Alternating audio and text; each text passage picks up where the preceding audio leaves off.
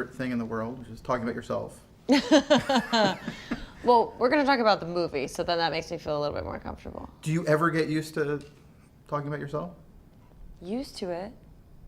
We've been doing it for a few years now, people. But I do the best I can to make it not about me at all. I'm actually quite sneaky about it. I very rarely talk about me. I talk about the film, I might talk about some of the process, but I don't talk about me, ever. Like, I really love being alone, and I love being at home. I would much rather be at home than, like, be out in the world. Mm-hmm. So at first I was like, this is kind of a vacation, but I'll act like I'm prepping for this movie, but really this is going to be awesome. But it kind of, like, broke me in half, and I hit this moment of just feeling so depressed, and I cried a lot. There was, like, 24 hours where I just couldn't stop crying. Do you remember where that was in the... It was towards the end, and I really love mythology, and whenever I'm feeling... I mean, I'm constantly reading it, but whenever I'm feeling low, I tend to go back to some of these old stories. And everything is always this sense of, like, death and rebirth, the life, death, life cycle. And so through this sense of just crying, I felt like I was mourning the death of something. I didn't know what, but I just kept saying to my mom, I feel like I'm dying, like something's dying. And I was waiting for that moment when I was going to hit that the breaking point. Just the birth, the life, the death, then there has to be the rebirth. Huh.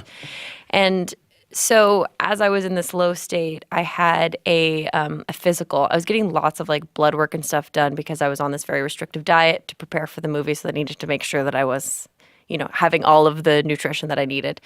So I went to go get my my physical, and in the waiting room at the same exact time, my trainer, his wife was there. They were both there, actually. And she was 10 weeks pregnant and happened to have a doctor in the same doctor's office at the same time, and they were getting their sonogram. They were going to get to see their baby for the first time. And so I got to go watch the sonogram and see this little bit of life. And I started crying again, but it was completely different. And after that, I was just like, okay, I get it. This was towards the end of your, like, isolation time. And for those who've read the book, there is a whole period in the book where my character talks about this, that for 2 years she was just trapped in this room alone, and she cried and cried and cried until she didn't have any tears left. And then once she found out that she was pregnant, suddenly it stopped in an instant because she realized that she had something else to live for.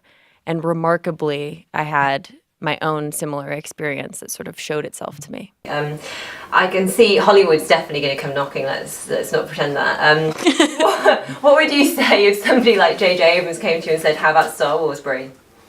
I think that I would pee my pants. Okay, that's about it. I mean, those movies are everything to me, and I think J.J. Abrams is in a lot of ways where I take some of my cues, because I am a huge, huge believer in fighting the hard fight for the mystery to stay within this industry. And it's really hard when movies are bizarre and they're strange and they are kind of fun to talk about, but it's really important, and it's important for my job as an actor in particular, to keep certain things hidden, because it just doesn't become fun anymore. I remember wanting to be a magician as a kid, and it was all I wanted. And I didn't want to be the assistant. I wanted to be the magician. And then this TV show, I don't know if it came out here, but this TV show came out called, like, Magician's Secrets Revealed. And it was, like, the highest televised thing. And then in the end, it was devastating, because all of the great secrets, all of the things that we love, the illusions, were gone. They had taken them, this guy had taken them away. And I feel like there's a similar aspect to the magic of creating a movie. There are some beautiful aspects of it. There are some really talented people that I work with that I'd love to talk about, but there's a certain point where it's so important that people don't know about me, they don't know about my life, they don't know about how I feel about certain things, because it will, in the end, only stop the idea that I can then transition into being another face with another mask. Absolutely. I mean, talking about losing the magic or keeping the magic, if you were part of something like Star Wars, you'd be seeing the kind of behind the scenes, wouldn't you? You'd be part of that world being created, and you wouldn't kind of lose magic in a way, wouldn't you? Yeah, I don't know though. I mean, that whole thing to me, those movies to me are really, really important. It's like one of the first books that I read on the making of a movie was The Making of Star Wars, and I like got it from the library when I was 8 years old, and I thought it was so cool that I like knew how they did the lightsabers. So, and it's just the ultimate hero's journey. So I mean, I don't know. I don't know. I mean, in my mind, like, I want to be in Star Wars, and I want to be in Indiana Jones, and I want to be in Star Trek, and I want to be, I mean, I would love those movies. A superhero movie maybe as well. Yeah, I want to be a superhero. I want to be in Terminator. And did I miss anybody? I don't know, Lara Croft maybe? Yeah, maybe Lara Croft too. We'll throw her in. I love those movies. I think that they're, as much as something like Scenes from a Marriage is incredibly important to me, Star Wars is in this, or Lord of the Rings. Oh, goddamn, Lord of the Rings. I forgot Lord of the Rings. Those ones are kind of in the same category for me. I mean, the budgets are very different. We're talking about much different scripts and a much different sort of facade, but at the end of the day, it's still the same thing. We're talking about humans and human struggle and the world being a magical place, and that's what it's all about. You are coming off an incredibly successful movie, Captain Marvel. It's the first Marvel film led by a woman, and it just last week it passed $1 billion in global sales, which is amazing. And, you know, I think, although we say this, sometimes we say this and it's not true, but I think it has put to bed any doubt that a woman can lead a superhero movie. Let's hope, let's make that be the case. So yeah. I'm curious whether you felt that pressure to deliver. How does it feel to be on the other side of this incredible success? I'm such an idiot. I didn't feel any pressure at all.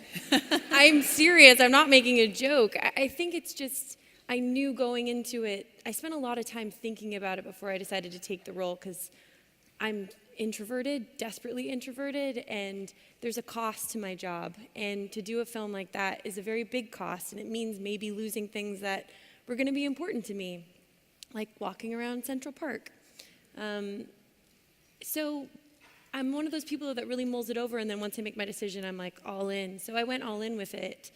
And I don't feel like pressure for me does anything. I don't think I need it. I don't think that it was going to help me make my mark. I just wanted to do what felt true, and the promise I made myself was that I was going to lead with my heart the whole way and not give up on what I believed needed to be on the screen. It wasn't until, you know, the day before the movie came out that suddenly I was like sitting in my hotel room alone having a day off, and I was like, oh God, that thing everybody has said to me every day of, are you feeling the pressure? I'm feeling it now. And my team was like, it's too late. Like, it's all over, dude. Like, you should have thought of that on the press tour. I don't know, maybe when you were making it. And I realized that we put an unnecessary pressure on ourselves because I didn't feel the pressure because I understand film history and I know that the film industry started with majority women. It started with women filmmakers. So this weird idea that women maybe can't open movies or are not important to storytelling or the female story is not high art is bogus. And I don't want to for a second buy into it. So I'm very grateful to have helped break this glass ceiling of, you know, normalizing the concept that women can also make $1 billion because I don't know why that was so hard to comprehend in the first place. It just seems like we're humans. Whatever. But, you know, if people needed this to be another reminder in this decade, then great. I'm here, I did it. I'm speaking to Brie Larson. She's the star of the new movie Room, based on the novel by Emma Donoghue. It's playing at the Toronto International Film Festival. When you were becoming an actor, did you imagine you'd be going this deep for a role? I think so. I've always been interested in the difference between honesty and truth. The difference between honesty and truth? Mm-hmm. What do you mean by that? I think that there's a difference. I'm not really sure if I understand what truth is exactly, but I do believe in the concept of honesty. But I think that whatever is honest to me is not necessarily honest to anybody else. So anything that I represent in any of these films is a personal honesty in a very specific period of time, but it only represents one kind of it. there's so many different ways to be honest. So honesty is small, it's personal. Truth is something big and abstract. Is that I what feel you like mean? truth sort of kind of gets into these like hard lines that I'm not really sure if that's Right and accurate. wrong, that sort of thing? I could be wrong. I'm not sure if I know the actual definition of truth, but I was sort of I've been thinking about it for the last couple of weeks about the difference between those two words, because I do think that there's a difference. And there's who was it that said it? Maybe it's Dali or Picasso or I don't know, someone quite interesting who said that art is a lie to tell the truth. Mm-hmm. Do you know who said that? I don't know who said that, Yeah. but yeah, I've heard that before too. I think that's an interesting concept because I've never really thought about acting itself, which is an art as far as I'm concerned. I've never really thought about it as being a lie because I spend a lot of time preparing for the moment when I forget about everything and I believe every word of what's happening. So honesty has always been one of the draws for you to acting. Yeah. That pursuit of honesty. Yep. Yeah. Because I've just always sort of felt different. I always felt like social interaction was really hard for me. Eye contact was really hard for me. I always just sort of wanted to be alone. I like chose to be homeschooled. I really just wanted to like watch movies and write and think and play music. And whenever I watched American cinema, I always felt this sense of sadness because I didn't relate to the women in a lot of the contemporary films when I was, a teenager. I always felt like they were just like so beautiful and so sort of like together. And even the moments when they weren't together, it was like perfect. And it made me so sad because I felt like it was this concept that I couldn't reach. And I always felt like everyone around me knew how to do things. Like they knew how to do life and I didn't know. And it was like this big secret that everyone was like, oh, you don't get it? Sorry. And it really disturbed me and sort of tortured me for a while. And it wasn't until the incredible moment of discovering the Criterion Collection, which was right when Netflix started. And I started watching everything Criterion had. And it was like, I Am Curious Yellow and I Am Curious Blue and Anna Karina in A Woman is a Woman, and or even Rashomon. There were these, or also one of my favorites, Scenes from a Marriage. It was when I was finally able to see complexity and honesty, and that there were these women that were beautiful and thought-provoking and also very complicated, at times unlikable. That I started to relate very much to that. And I went, oh, that's what I want to do. That's what I'm interested in. And that's what I'm sort of interested in bringing back to American cinema is showing, instead of this like ideal of perfection, of showing the beauty of the flaw, of the imperfection, and kind of dispelling the myth a little bit as to what a woman is. Because I think it's more complicated than what I had seen before. So one of the things that I loved about the film, which I thank you, by the way. I got to take a little time off work to go see it. Oh, good. So that was, is that Carol Danvers, the character you play, who becomes Captain Marvel, her strength arrives partly in supernatural ways, but it also has to do with the strength she has as a kid of getting back up after a failure. And you see her over and over in flashbacks, like she gets knocked down and she gets back up again. And you've said about this movie, the very nature of this film means that I'm having conversations that I'd like to have about what it means to be a woman. So let's have that conversation. Yeah. What do we get from Captain Marvel about what womanhood is? Ooh. Well, I think there's a lot of story in the movie, so I feel very careful about talking about specifics with it because society already tells us how we're supposed to think and feel and dress, and I am certainly not going to do that for you with a movie. So you can watch it and take for yourself as to what it is that you connect with. But I make films as my way of sending out a message in a bottle. It's my way and my introverted self in a really weird way that seems super extroverted, but it's actually an introverted way of me sharing myself and sharing what I think that human experience is. And I think a huge part in this era right now where we have women stepping forward and trying to fight to take the lead where they should have been already, there's fear. There's a lot of fear right now that If I fail, then it's on behalf of all women. And we are made because of our failures. I am sitting here today because I failed like 1 billion times. I had to audition multiple times a day. I was told no every single day. I was broke like 7 times. It's just how it goes. And the strength that I have and this commitment I have to myself is because of those failures. And so to be able to bring that to the screen was very important, because I do feel like press tours in particular, moments like this can become mostly about the success that we've experienced. We sit up here and we're like, look at us, we're amazing. But we're here because of what didn't happen, not because of what happened. When good things happen, we just don't think about it. But when a bad thing happens, we have to sit with ourselves and think about why we're doing it in the first place and how to get better. There's tons of great stuff. Well, there's all the, we're in the year of complaints that actresses don't have enough opportunity, don't have enough screenplays out there, don't have enough movies being made about them. Yeah, I don't believe in complaining. It's funny because I find that is the case with most of the people who are working. And I know some of the people who are complaining are working also, but it's like, it does seem like every time I talk to a female director or an actress about this issue, it's kind of like, it's not about figuring out why it's hard to do it. You just kind of have to go do it. Yeah, there's so many incredible female directors, female writers, and female actresses that are doing wonderful things right now. I don't understand. I mean, I feel like in every interview, it's like I get asked this question of like, it's the year of the woman. Is this a trend that's here to stay? And I'm like, we're talking about gender. We're not talking about aliens. We're talking about just the opposite of a male.